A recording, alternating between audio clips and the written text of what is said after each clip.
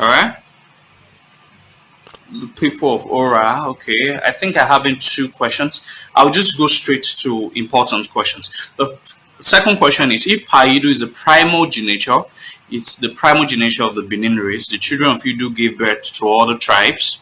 How come the other tribes, their traditions and language are different from Benin? That's a technical question, Mr. Christopher Jacobs. If Paidu is the okay, I understand what you meant. Not primogeniture by it's a progenitor. You wanted to say progenitor of the Benin race. The children of Idu gave birth to other tribes. How come the other tribes, their traditions and language are different from? They are not very different. There are more similarities than differences. All right.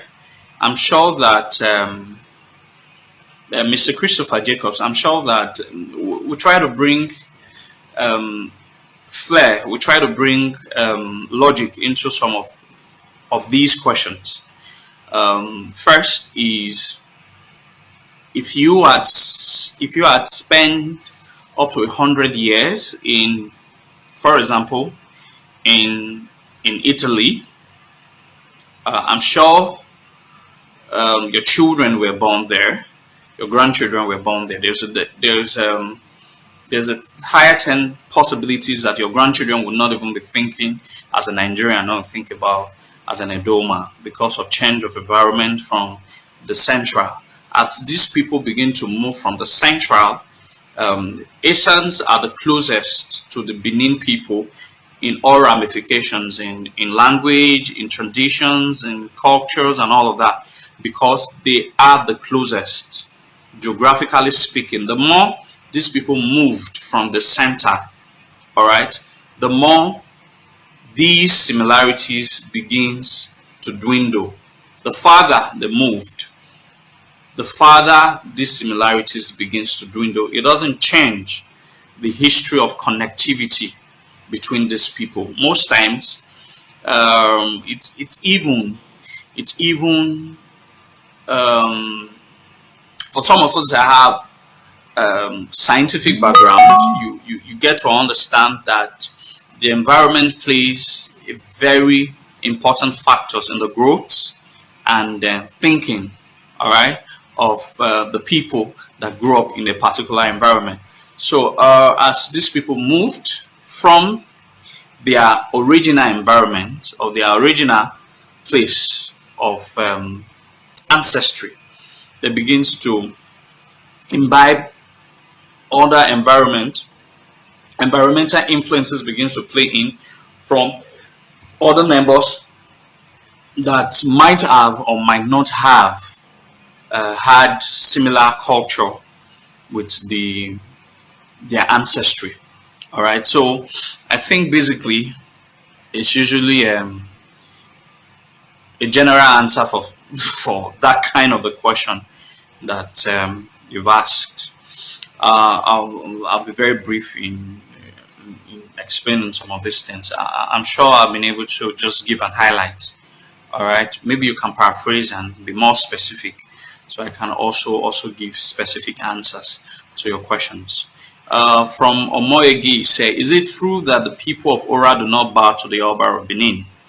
Well, I think I've answered this question maybe over a year ago. So when I saw the article, well, it is true, it is false. It depends on understanding. I think I said, I don't know whether I've given. Okay, let me, in an attempt to answer your question, Omorige said, there was this event I was told by a very close ally of Chief Ebon, during when our present Oba of Benin was the Daiken Atuselu.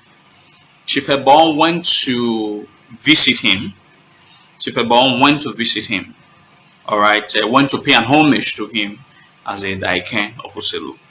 When he was about to get to Chief Ebon's turn, some of the chiefs, not really knowing who Chief Ebon was, or probably never have met with him, or not to have understood that Ebon understands the tradition of the land in its entirety, had made an attempt to educate Ebon on what he will do when he gets to the presence of the Edaiken. He was told that he was to kneel down and make the normal Benin salutation to their king.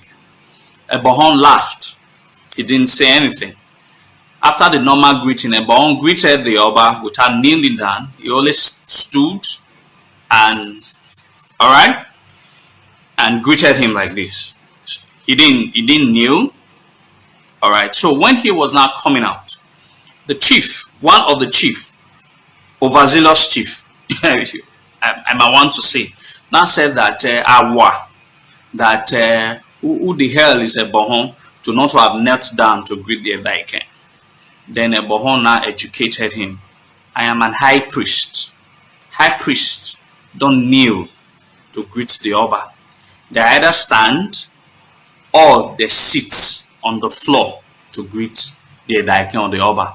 It's a norm. If you people have been following the activities of the palace, the high priest or the priest of the kingdom do not kneel to greet the Oba of Benin. They either stand or sit on the ground. However, the one that is convenient for them. It is the tradition. It's not a mark of disrespect. It's not a mark of show off. That is the tradition. Coming back to you, Mr. Amowie said, in a bid for me to trace my ancestry to where I actually came from, after the discussion I had with my grandfather, late grandfather, I think 2 years after I had that discussion, he passed on when I was writing the book, the book of my community.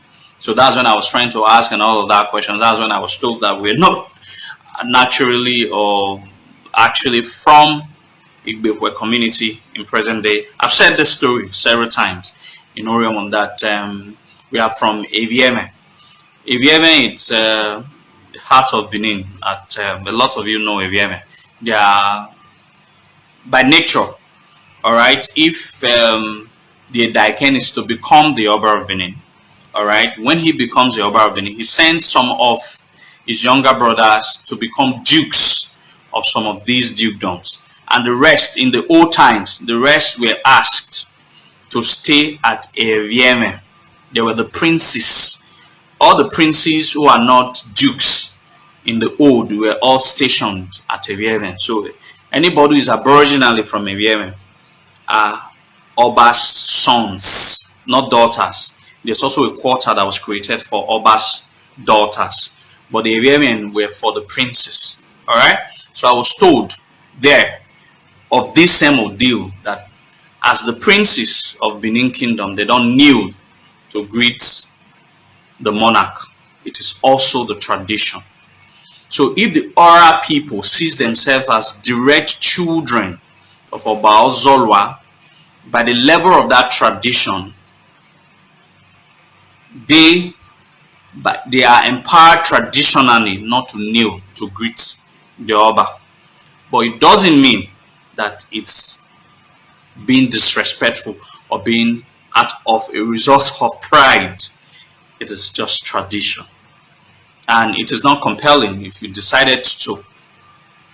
If you decided not to. I've said it in several. It's not compelling on anybody. But when it happens in the monarch, when it happens in the palace, I'm sure they are going to draw your attention to why didn't you kneel down. When you're able to defend that Oviobai and giving a detailed chronology, all right, of how you are a prince, the monarch, the sitting monarch, will not find you guilty of the offense of not having to kneel down, because that is the tradition. So I think I've answered your question, sir. I'm very fine now.